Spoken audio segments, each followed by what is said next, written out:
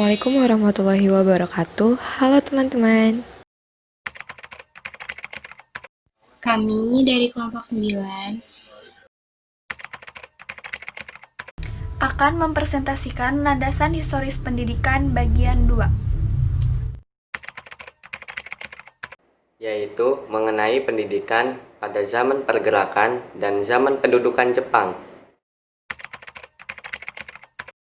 Sejarah pendidikan Indonesia tidak hanya sampai pada pemerintahan kolonial Belanda saja, namun sejarah pendidikan Indonesia masih diselenggarakan sampai pemerintahan pendudukan militerisme Jepang. Pemerintah kolonial Belanda dalam bidang politik, ekonomi, dan pendidikan sangat merugikan bangsa Indonesia. Pemerasan yang dilakukan Belanda terhadap bangsa dan kekayaan Indonesia telah menimbulkan penderitaan dan kemiskinan. Perbedaan kedudukan dan kehidupan yang mencolok antara bangsa Belanda dan bangsa Indonesia sangat nyata, baik dalam kedudukan sosial maupun pemberian gaji. Stratifikasi sosial, sistem dualisme, dan korkondasi dalam bidang pendidikan telah menimbulkan rendahnya kesempatan pendidikan yang diberikan kepada bangsa Indonesia, juga menimbulkan perpecahan dan kebodohan. Selain itu, pendidikan bagi bangsa kita hanya ditujukan dalam rangka memenuhi kebutuhan tenaga kerja murah untuk mendukung sistem ekonomi dan politik kolonialisme. Pendidikan kolonial Belanda tidak memungkinkan bangsa Indonesia untuk menjadi cerdas, bebas, bersatu, dan merdeka. Berbagai kondisi yang sangat merugikan bangsa Indonesia akibat kebijakan dan praktek-praktek penjajahan tersebut telah menimbulkan rasa senasib sepenanggungan sebagai bangsa yang dijajah sehingga muncul rasa kebangsaan atau nasionalisme. Sejak kebangkitan nasional pada tahun 1908, sifat perjuangan rakyat Indonesia dilakukan melalui berbagai partai dan organisasi, baik melalui jalur politik praktis, jalur ekonomi, sosial budaya, dan khususnya melalui jalur pendidikan.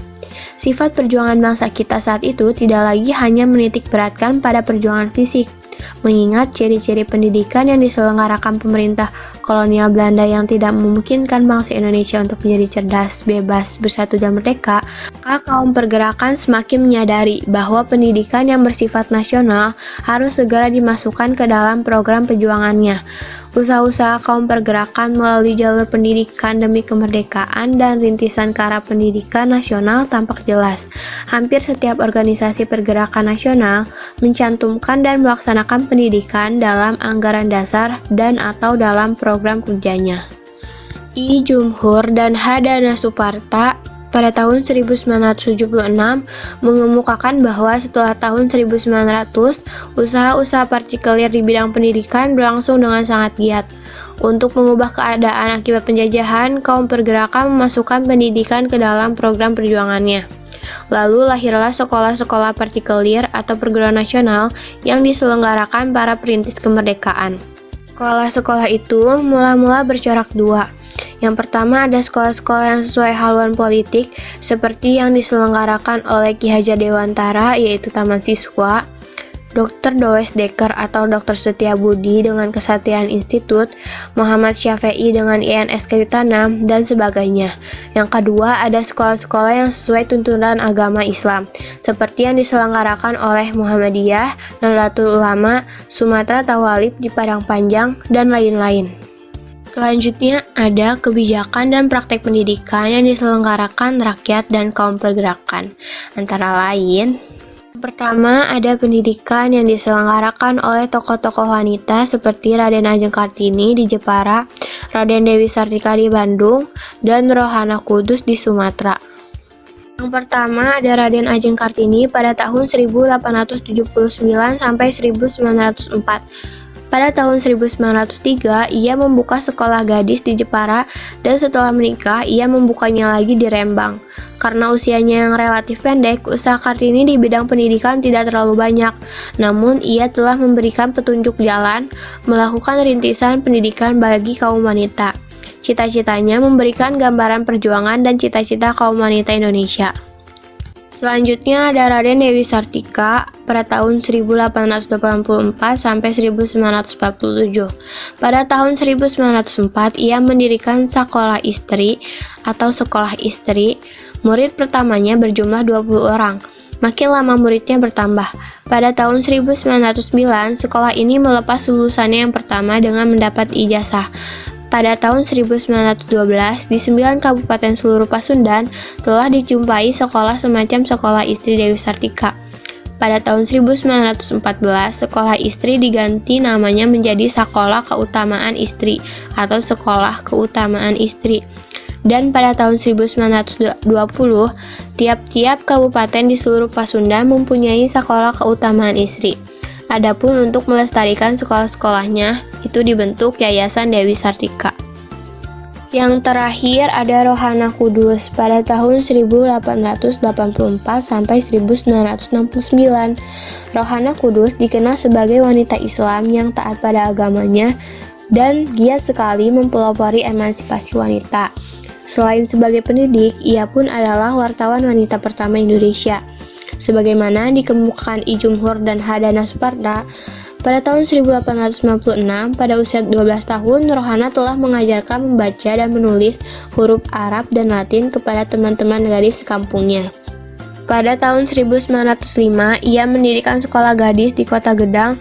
Pada tanggal 11 Februari 1911, ia memimpin perkumpulan wanita Minangkabau yang diberi nama Kerajinan Amai Setia yang kemudian dijadikan nama sekolahnya. Rohana juga berjuang menerbitkan surat kabar khusus untuk wanita. Pada tanggal 10 Juli 1912, Rohana menjadi pemimpin redaksi surat kabar wanita di Kota Padang yang diberi nama Sunting Melayu. Kurikulum pendidikan mereka memiliki kesamaan pula, yaitu berkenaan dengan membaca, menulis, berbagai ilmu pengetahuan dan keterampilan kewanitaan agar para wanita Indonesia dapat berkarya. Selain pendidikan yang diselenggarakan oleh tokoh-tokoh wanita, praktek pendidikan pun dilakukan oleh Budi Utomo pada tahun 1908 dalam kongresnya yang pertama, yaitu pada tanggal 3-4 Oktober 1908. Budi Utomo menegaskan bahwa tujuan perkumpulan itu adalah untuk kemajuan yang selaras untuk negeri dan bangsa Indonesia, terutama dengan memajukan pengajaran, pertanian, peternakan, dagang, teknik industri, dan kebudayaan. Untuk itu, Budi Utomo pada tahun 1913 mendirikan Darmo Woro Studi Fonds dan mendirikan 3 sekolah netral di Solo dan 2 di Yogyakarta. Pada tahun 1918 mendirikan Quick School di Jawa Tengah, kemudian Sekolah Guru Kepandaian Putri untuk Sekolah Kartini, 6 Normal School, dan 10 kursus guru desa, dan sebagainya. Pada tahun itu, sekolah-sekolah Budi Utomo telah berkembang hingga jumlahnya kurang lebih mencapai 480. Muhammadiyah didirikan pada tanggal 18 November 1912 oleh Kiai Haji Ahmad Dahlan, mendirikan organisasi Perkumpulan Muhammadiyah di Yogyakarta. Didirikannya Muhammadiyah ini untuk memberikan pendidikan bagi bangsa Indonesia sesuai dengan kebutuhan bangsa Indonesia sendiri, untuk mengatasi kristenisasi dan untuk mewujudkan masyarakat Islam yang melaksanakan ajaran Al-Quran dan hadis sesuai dengan ajaran Nabi Muhammad SAW. Dasar dan tujuan pendidikan Muhammadiyah berasaskan Islam dan berpedoman kepada Al-Quran dan hadis. Tujuan pendidikan Muhammadiyah adalah membentuk manusia muslim berakhlak mulia, cakap, percaya diri, dan berguna bagi masyarakat. Sebagai orang muslim, harus mempunyai ciri-ciri sebagai berikut. Yang pertama, berjiwa tauhid yang murni, beribadah kepada Allah, berbakti kepada orang tua, dan baik kepada kerabatnya, memiliki akhlak yang mulia dan halus perasaannya, dan berilmu pengetahuan dan mempunyai kecakapan dan cakap memimpin keluarga dan masyarakat. Penyelenggaraan pendidikan untuk Muhammadiyah yaitu mencapai tujuan mendirikan sekolah-sekolah yang tersebar dari Sabang sampai Merauke di bawah pimpinan majelis pengajaran. Sekolah-sekolah itu di samping memberikan pendidikan agama Islam juga memberikan berbagai mata pelajaran seperti di sekolah-sekolah pemerintah.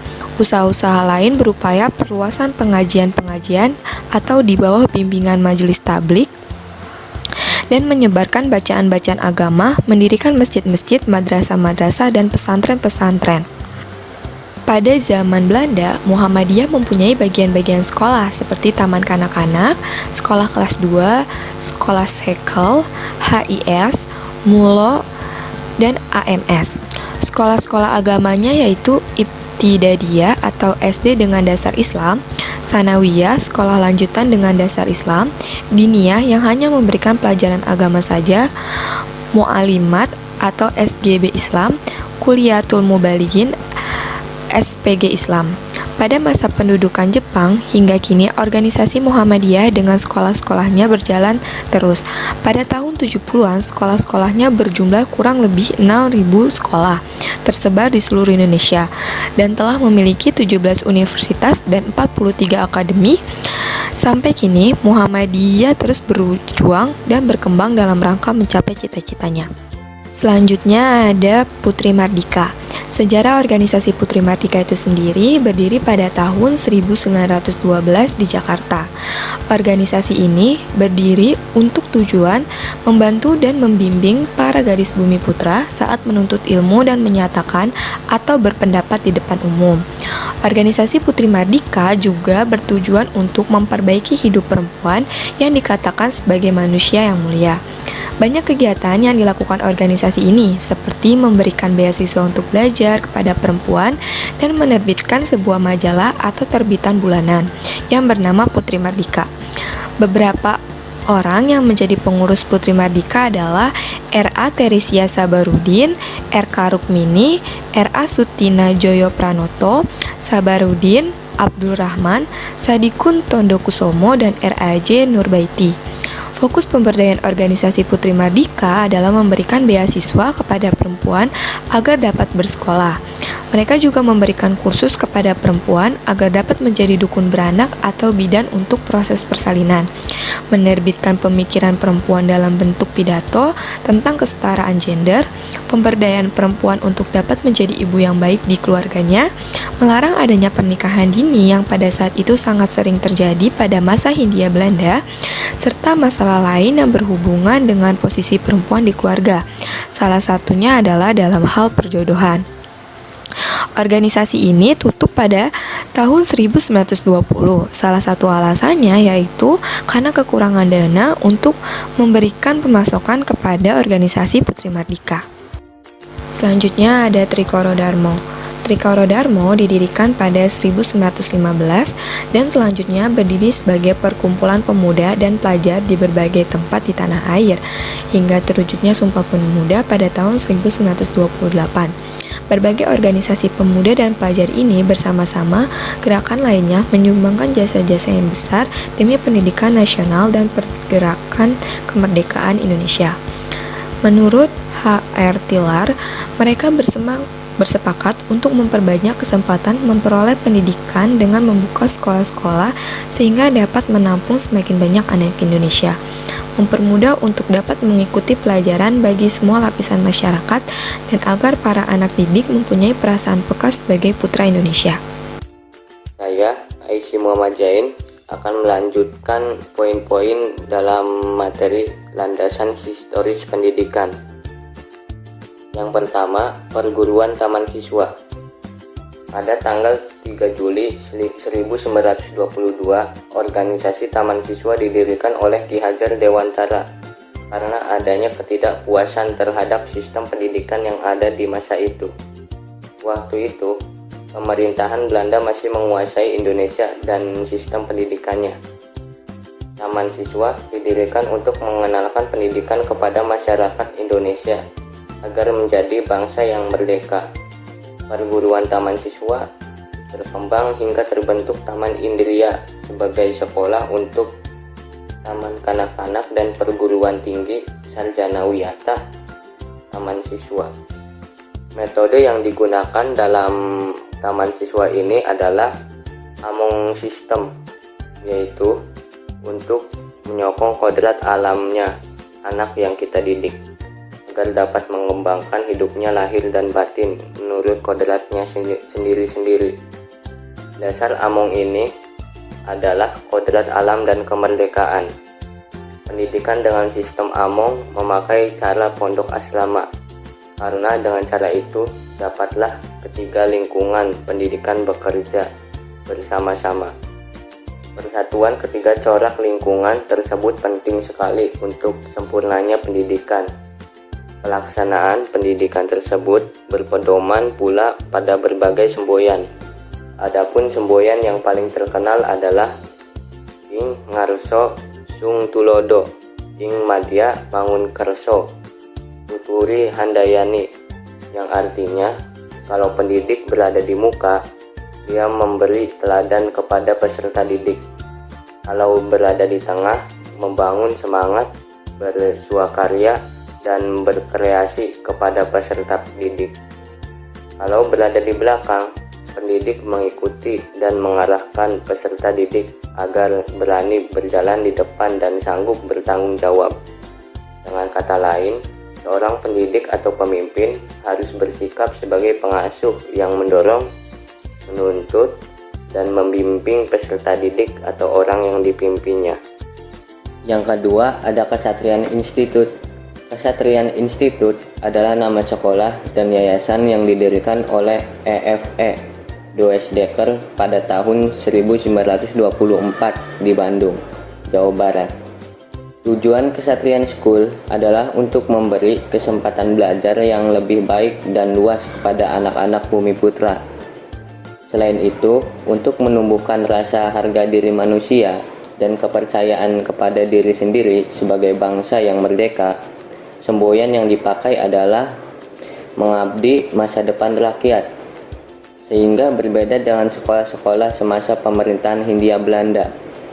Kesatrian Institut berperanan penting dalam meluaskan kesempatan memperoleh pendidikan dasar dan menengah bagi murid-murid pribumi keturunan Tionghoa dan Indo-Eropa pada masa itu.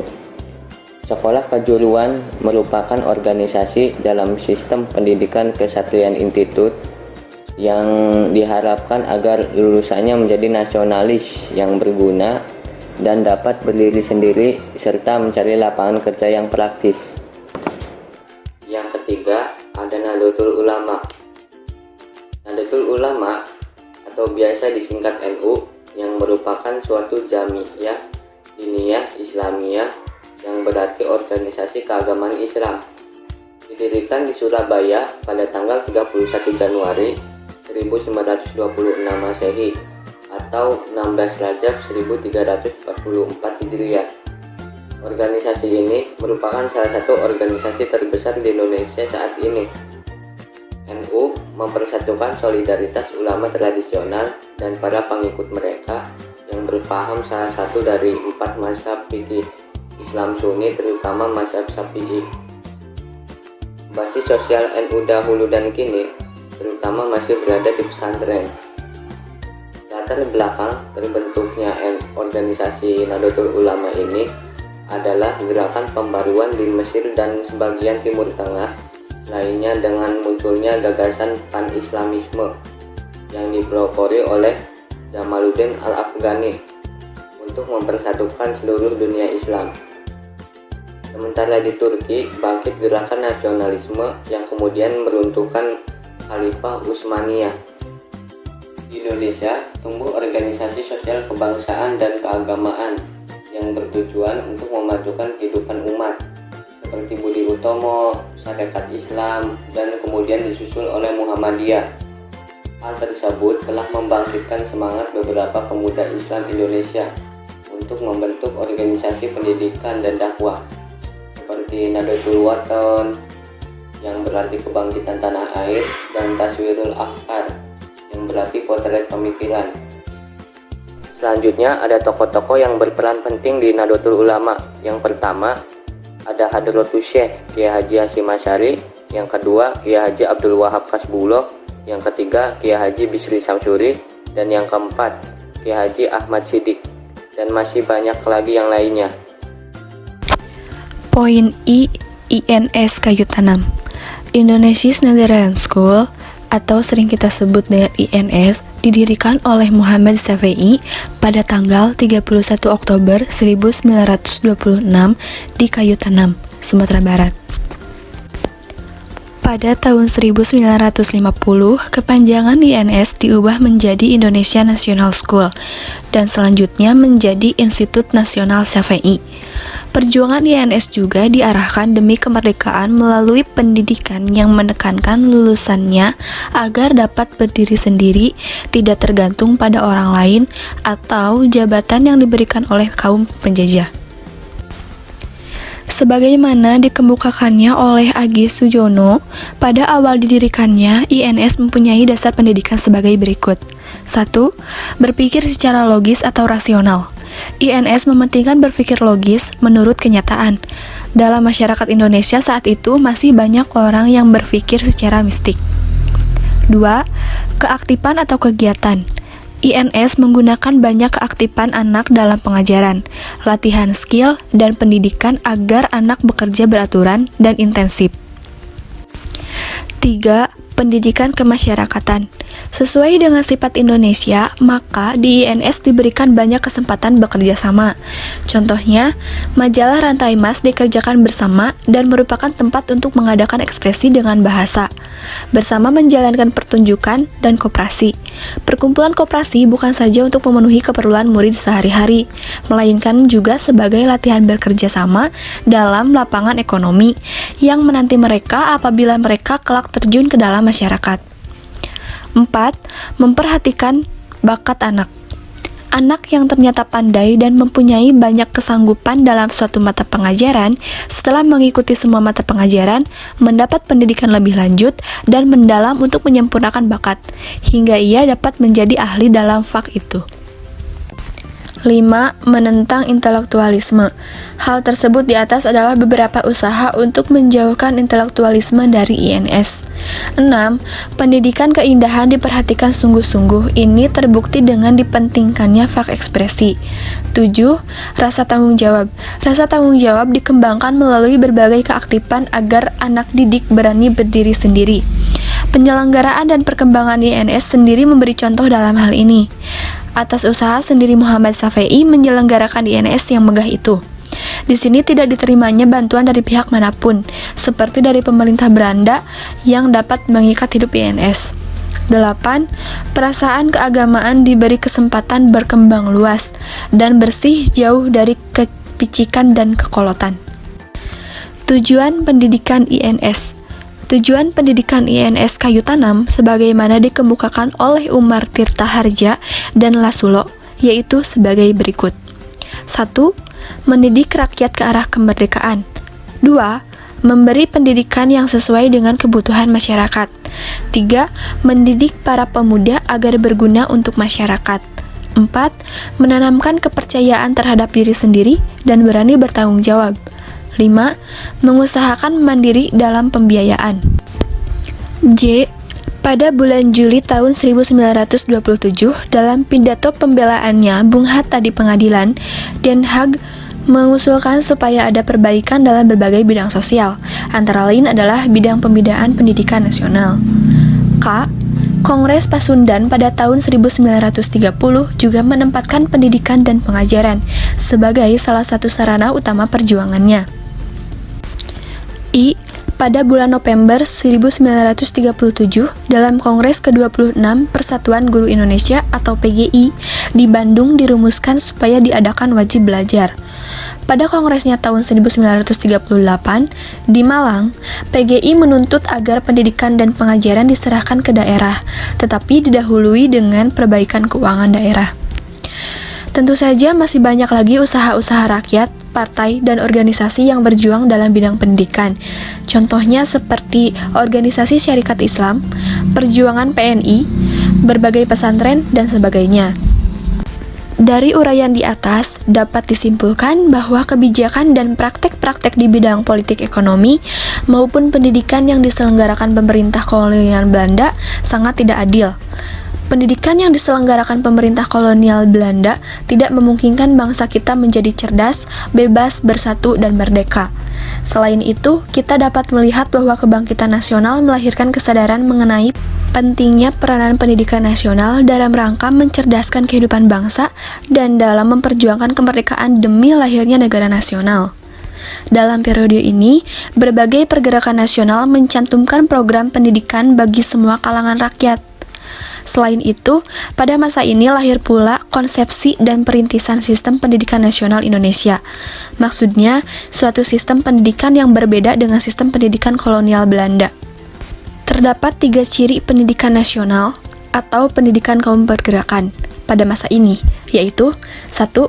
Bersifat nasionalistik dan sangat anti-kolonialis. 2.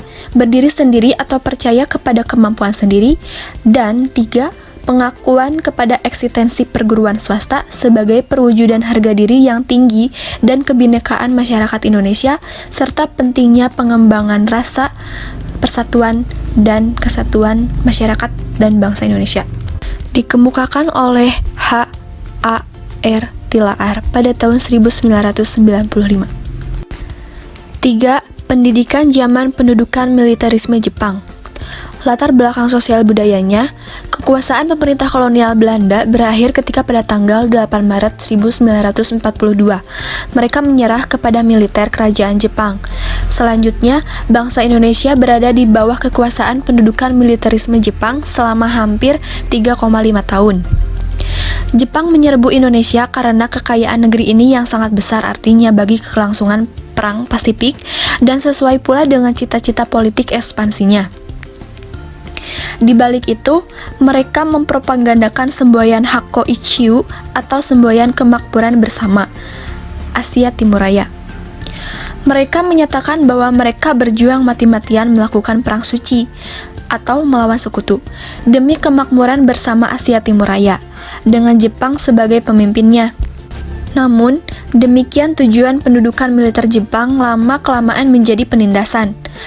Ada 2 kebijakan pemerintah pendudukan militer Jepang. 1.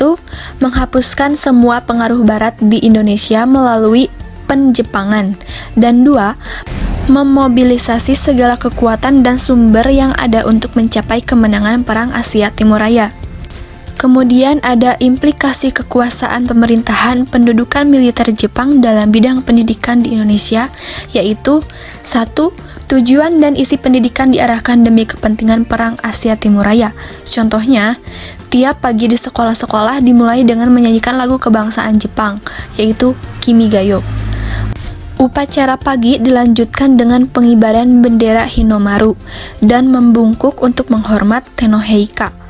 Tiap hari para siswa harus mengucapkan sumpah pelajar dalam bahasa Jepang, melakukan taiso atau senam, dan diwajibkan pula melakukan kinrohoshi atau kerja bakti.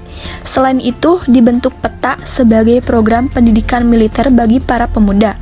Dibentuk barisan murid-murid sekolah rakyat dan barisan murid-murid sekolah lanjutan. 2. Hilangnya sistem dualisme dalam pendidikan. Sistem pendidikan yang bersifat dualistis membedakan 2 jenis sekolah untuk anak-anak bangsa Belanda dan anak-anak bumi putra dihapuskan pada zaman Jepang.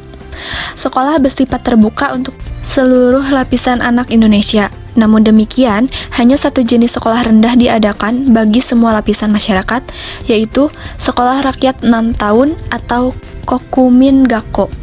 Sekolah desa masih tetap ada, namun namanya diganti menjadi sekolah pertama.